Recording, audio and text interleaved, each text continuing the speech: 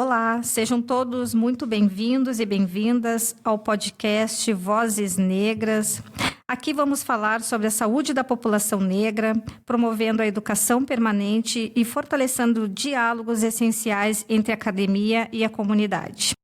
De antemão, então, eu quero agradecer ao Dr. Rafael Carvalho. Ele é um médico urologista. Então, Dr. Rafael, gostaria que o senhor se apresentasse. E é um prazer estar conversando com o senhor para estar identificando essas iniquidades, né, da saúde da população negra na visão da medicina, de um médico. Tranquilo. Cristiane, muito obrigado, né, pelo convite. É sempre um prazer estar podendo conversar com colegas que têm um engajamento, que buscam tentar promover a saúde, né, para a nossa população, com populações com vulnerabilidade social, enfim, né, que eu acho que é uma coisa que a gente tem bastante preocupação no nosso dia a dia, né, como trabalhador da saúde, né. A gente vê muito, claro, vê muita população negra envolvida nisso e, mal ou bem, a gente acaba se questionando. Eu sou médico urologista, né? Eu sou formado na Universidade Federal do Rio Grande do Sul, no ano de 2010, né? Fiz residência médica em cirurgia geral no Hospital de Pronto-Socorro. Depois fiz residência de urologia no Hospital de Clínicas de Porto Alegre. Fiz um ano adicional de urologia reconstrutiva nesse mesmo hospital. Também fiz mestrado em ciências cirúrgicas pela URGS, né? Que ainda falta a publicação do meu artigo final, mas já foi defendido. Hoje eu trabalho, né, em instituições do SUS, né? O Hospital da Restinga Extremo Sul e o Hospital Vila Nova, né? Atendendo a urologia geral e urologia, né? Então a gente vê muito paciente com neoplasia, com câncer, né? E pacientes com doenças mais habituais, né? Cálculos renais, crescimento benigno da próstata, entre outras. Também tenho meu consultório privado, trabalho num hospital privado, numa equipe de urologistas também. Já estou formado aí na urologia desde 2017, né? Então já tenho uma pequena estrada ainda percorrida, mas com certeza já vi bastante coisa. Então, quem está me orientando quanto a esse trabalho, tá? É a professora Uhum, doutora Violeta Aguiar, tá, doutor? uhum, Então, eu vou fazer algumas perguntas, tá? Coisas básicas, assim, né? Mas eu acredito que vai fazer bastante diferença e vai alertar algumas... vai alertar a nossa população negra, né? Que é tão invisibilizada, né? Então, quais as principais condições urológicas que afetam a população negra com maior frequência? Assim, a gente tem uma das principais doenças urológicas, né? O câncer de próstata é uma doença que ela tem uma incidência maior na população negra e se constitui como um fator de risco, né? Claro que não é uma exclusividade da população negra, mas é um fator de risco, né? Que tem características genéticas, enfim, que faz com que o nosso fenótipo e genótipo seja mais atingido. E às vezes acontece que, assim, a população em geral tem o câncer de próstata, mas a população negra acaba tendo mutações que podem ter um quadro clínico mais grave dessa doença, né? Então, gerando um pouco mais de risco de morrer pelo câncer da próstata, digamos assim, ou de ter uma doença mais avançada, né? As outras doenças, assim, a gente não tem tanta doença urológica, né? A gente tem a pressão alta, né? A hipertensão, que pode causar desordens urológicas, né? Como insuficiência renal, né? Que pode, que acontece um pouco mais também na população afrodescendente, né? Então, nós negros a gente tem alguns benefícios para algumas, né, doenças, por exemplo, melanoma é mais difícil, porque o nosso fototipo ele é menos favorável, né, para absorver os raios ultravioleta de uma maneira diferente. Mas essas duas patologias, principalmente câncer de próstata, falando de urologia em si, né, ela é uma doença que a população negra tem uma prevalência um pouco maior. E doutor, quais os principais desafios enfrentados por essa população no acesso ao cuidado urológico? Se existe alguma dificuldade ou se a população negra sofre algumas barreiras até chegar a ser atendida, a detectar mesmo a doença precocemente, né? A detectar a doença precocemente. Então, esse é um desafio, né, que eu vejo muito da questão da vulnerabilidade social envolvida, né? Então, claro, a gente vê a população negra sendo acometida, né? Mas a gente vê também essa população que é carente, né? E ainda, se a gente for pegar dados demográficos, assim, a gente pode ver que talvez os negros não tenham tanto acesso por não ter oportunidades, enfim, de buscar esse acesso, né? O nosso sistema, ele é muito engessado, então a gente precisa que o paciente vá no posto de saúde, que o paciente às vezes se desloque da sua casa, que tenha que faltar trabalho, né, que tenha que ver com quem fica seus filhos, né?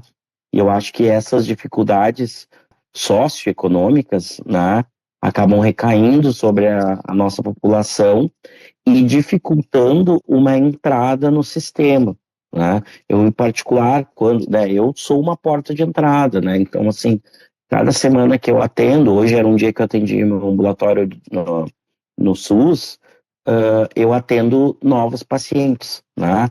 Eu, obviamente, tendo a não acreditar que os pacientes são selecionados por alguma característica, né?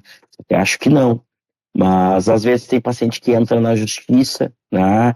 Faz com uma liminar, entra com uma liminar para poder buscar esse acesso, né? A gente tem uma baixa oferta de, de consultas, de primeiras consultas, então os pacientes acabam demorando muito, muito, muito tempo, né?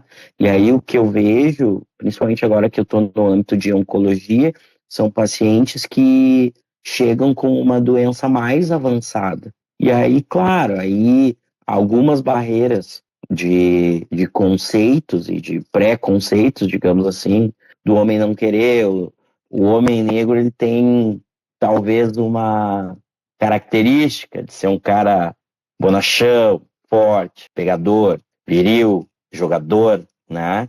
Então, talvez ele não queira, às vezes, se entregar às suspeitas, né? E acaba deixando um pouco para depois, né? Então, muito que eu acabo enxergando é que esses homens viris, né? Eles, às vezes, precisam de uma mulher muito teimosa por trás, porque, às vezes, é só o âmbito familiar que faz o homem buscar o atendimento, né? Por achar que é forte, que é saudável. O câncer de próstata no início, ele não manifesta sintomas, né?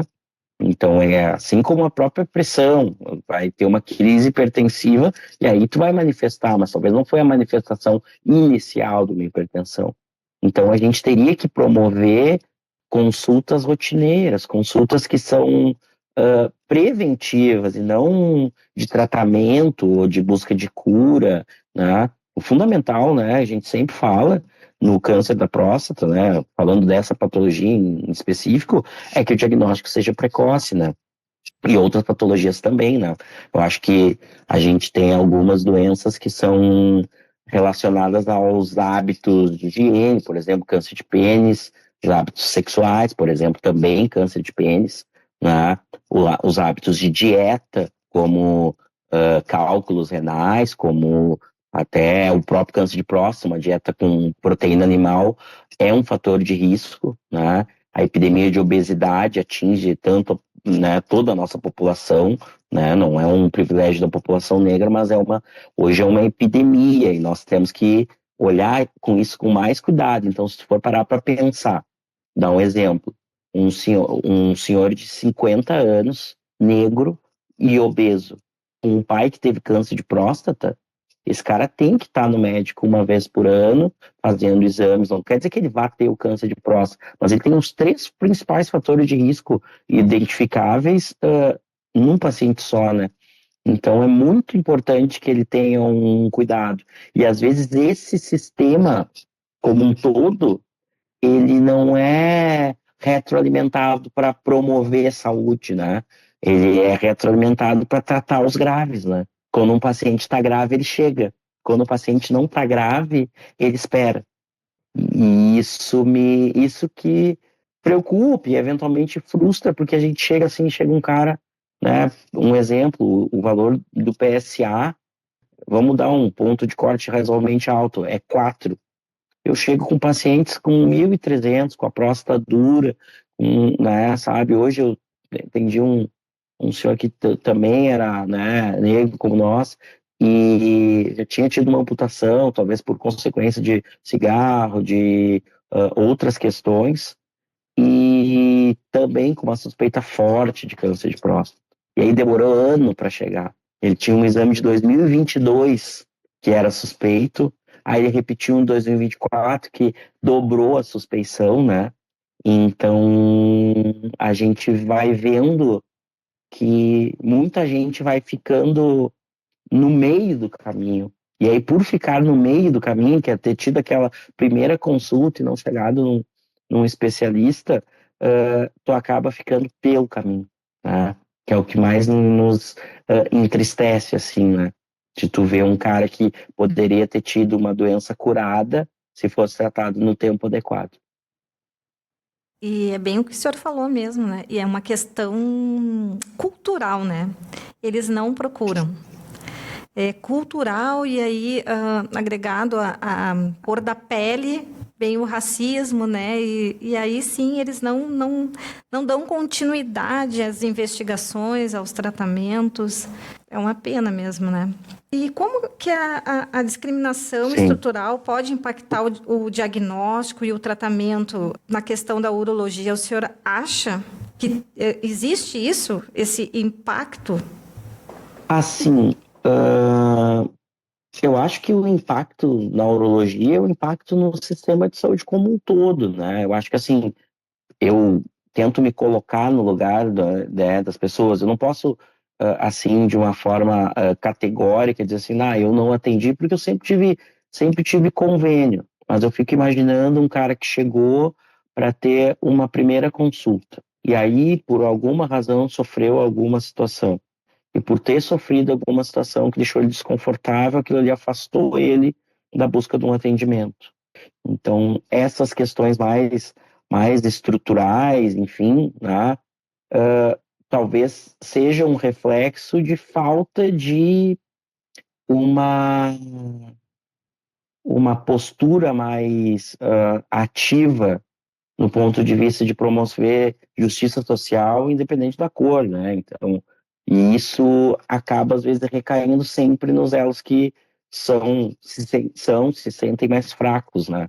E aí eu vejo que isso pode sim acontecer, né? A gente quando tu acaba se sentindo acuado por quaisquer razões, tu fica vulnerável e aí tu precisa ser acolhido, né? E essa vulnerabilidade, hoje, por exemplo, eu atendi uma paciente que ela não era negra, mas ela tinha sofrido abuso no início da adolescência. E, tipo, eu tive que demorar mais a consulta, tive que olhar para ela com os olhos de um cara que tem duas filhas, entendeu? Que tem esposa, que tem mãe, que tem tia, tem primo. E, e aquilo ali me tocou do ponto de vista de ver isso, sabe?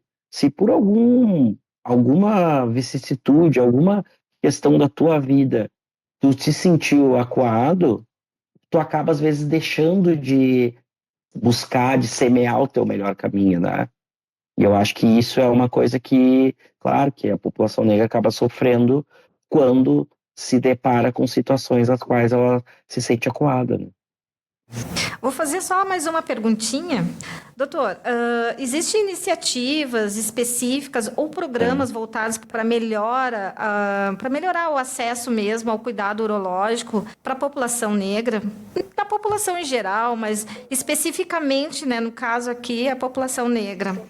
Se a gente for falar em específico, eu acho que assim, quando, por exemplo, a nossa sociedade de urologia, quando a gente reconhece e sempre quando alerta a população em geral que ser negro é um fator de risco de câncer de próstata, tu tá buscando proteger esse povo. Claro que talvez, se tu fizesse uma busca mais ativa e menos genérica, encorajasse mais e mais pessoas. Mas hoje eu vejo, né, como eu atendo no SUS, obviamente, né, a gente acaba tendo, né, um percentual de pacientes negros bem significativo comparativamente ao meu consultório particular, né, que eu atendo os outros convênios, mas eu vejo que os pacientes têm chegado. Então, assim, reconhecer que existem fatores de risco e que ser negro é um fator de risco é colocar nós em um patamar correto. Então, isso é interessante, né? Ah, tem que ter outras medidas? Eu acho que sim. A gente pode, talvez, avaliar outras questões, mas eu acho que essas outras questões acabam ficando muito mais no âmbito sociocultural, né? Então, de tu aproximar a população vulnerável, né? Ah, pode ser só a população negra? Eu acho que muitas vezes sim. A gente pode fazer, não sei, de repente a gente pegar o Dia da Consciência Negra e fazer alguma medida em específico, ou, né, não só esse dia, né, que esse ano virou feriado, né, mas assim, tentar trazer, tentar mostrar que todo mundo é parte do processo, né, e não ficar, tipo, no íntimo, entendeu? Eu claramente sei que sou parte do processo, entendeu? Mas eu fico preocupado com aquela pessoa que acaba, às vezes, muitas vezes, sendo colocada de lado. Não consegue, chega aqui, não dá, não tem. Não digo, não, nem vou entrar na questão do tipo assim, de ter uma atitude de racismo, mas eu digo de tipo assim, tu não ter o direito de consultar num posto de saúde, né? Porque no teu bairro não tem posto, ou porque no teu bairro não tem médico, ou porque no teu bairro tem médico, mas não tem condições de trabalho para o médico. Então, assim, são várias situações que incluiriam a população negra e seria muito interessante, né? Agora o senhor falando assim, e também tem aquela parte no qual a população negra, a grande maioria dos homens, eles não têm um trabalho formal. Eles trabalham informalmente e daí eles não podem perder o emprego, eles não podem faltar porque eles Isso vão é, perder o ganha-pão deles. Então, isso já é um indicativo de que é eles não. sobre isso é exatamente sobre isso que eu falo. Tipo assim, a gente conseguir ou valorizar a população que trabalha no mercado informal, porque o negro está lá, ou dar condições para todos que precisam ter atendimento de saúde, não colocando em risco suas ocupações. Então, se tu tem uma creche que tu acolhe os filhos das mães negras, elas vão poder ir lá tratar a infecção urinária comigo. Agora, se elas não tiver com quem deixar, ou tiver que deixar com a avó e a avó não consegue também ir tratar a bexiga caída, que ela eventualmente pode ter, né? Por ter tido N partos, também vai ter dificuldade, né? Então, eu vejo muito, muito nesse sentido. Tipo assim, mais visibilidade como um todo. E aí, essas questões, elas viram prioridade. Porque, tipo, eu sou médico, eu vejo, eu sei, eu convivo, então para mim é muito fácil. Mas aí tu vai pensar um cara que trabalha de uma maneira informal, sei lá, numa borracharia, vamos dar um exemplo assim. Ele não pode ir lá, borracharia 24 horas, todo mundo quer trocar o pneu, ele precisa, se ele sair, ele não ganha, se ele não ganha, ele não alimenta suas crianças, né, sua esposa. Então, é isso, sabe? É tentar modificar um cenário que é estruturalmente ruim, né? Muito. E é sobre isso. Doutor Rafael, o senhor quer deixar uma mensagem para essa população tão carente, né? Tão cheia de iniquidades, desigualdades? Fica bem à vontade. Primeiramente, né, mais uma vez te agradecer, né, a participar. Eu acho que eu, como negro, eu tenho que mostrar, eu sou muito adepto de mostrar pelo exemplo como as coisas podem tentar se modificar. Então, na minha família nunca tinha médico, passou a ter, o meu irmão também é médico, graças a Deus. Então, eu acho que a população negra ela tem todas as capacidades, né? Às vezes não vai ter oportunidade e vai ter que cavar seu espaço, vai ter que buscar, vai ter que, às vezes, como a gente viu no futebol, trabalhar dobrado para mostrar que tu é o melhor de todos. Tem muita gente que ficou muito tocada com essa situação, mas é uma coisa que acontece com muita gente. Assim como as mulheres em geral, de questão de cargo de chefia, de salário, que a gente vê e os números acabam não mentindo, né? Então, assim, eu acho que a população em geral tem que buscar, né, os seus direitos da melhor maneira possível, sonhar e tentar realizar, tentar promover a saúde da sua família, a despeito das dificuldades, né? Então, quando tu é um pai que tu tem que dar conta de 2, de 3, de 5 filhos, tu vai ter que parar um pouquinho para pensar assim, a minha saúde vai ter que ser cuidada em algum momento. Então, eu vou buscar um jeito. Como eu vejo meus pacientes que não gostou de estar esperando muito, foi lá, falou com o advogado, fez um negócio, buscou a consulta, foi, né? Hoje a gente tem um sistema que é dever de todos, né? Direito de todos e dever do Estado. Então, quando isso às vezes não é tão fácil, a gente está vivendo uma situação de aflição, eu não acho nada mais justo de tu estender os teus esforços para desfrutá-lo. Eu, na porta de entrada, tento dar todo o carinho, tratando, obviamente, o negro igual o branco, igual o japonês, igual a todo mundo, né? Mas sempre tentando me colocar no lugar do outro. Então, quando eu vejo alguém que é meu irmão de cor que está sofrendo, obviamente eu sofro junto e tento proporcionar o melhor acolhimento possível, né? E o racismo tá diariamente, né, doutor? Só quem é preto sabe. E aí a gente fala, as pessoas acham que não é isso, que a gente está vendo coisas. Mas não, quem é preto sabe o que passa, né? Muito obrigada, doutor Rafael. Estamos chegando ao fim de mais um episódio do podcast Vozes Negras, onde construímos juntos reflexões e diálogos fundamentais para a saúde da população negra, promovendo a educação permanente e ampliando a voz da saúde coletiva. Quero agradecer imensamente aos nossos convidados e convidadas que compartilharam seus conhecimentos, experiências e inspirações. Sua contribuição fortalece este espaço de aprendizado e transformação. E, é claro, o nosso agradecimento em especial a você que nos escuta e participa dessa jornada. Sua presença é essencial para ampliarmos este movimento em direção a uma sociedade mais equitativa e consciente. Quero agradecer também a minha professora Violeta Guiar, no qual me apoiou em toda a trajetória, o PPG Ensino na Saúde, vinculado à URGS, e ao Adjuntos, a equipe no qual está fazendo a gravação deste podcast, que eu tenho certeza que será muito especial. Muito obrigada, uma boa tarde, uma boa noite a todas, todos e todes.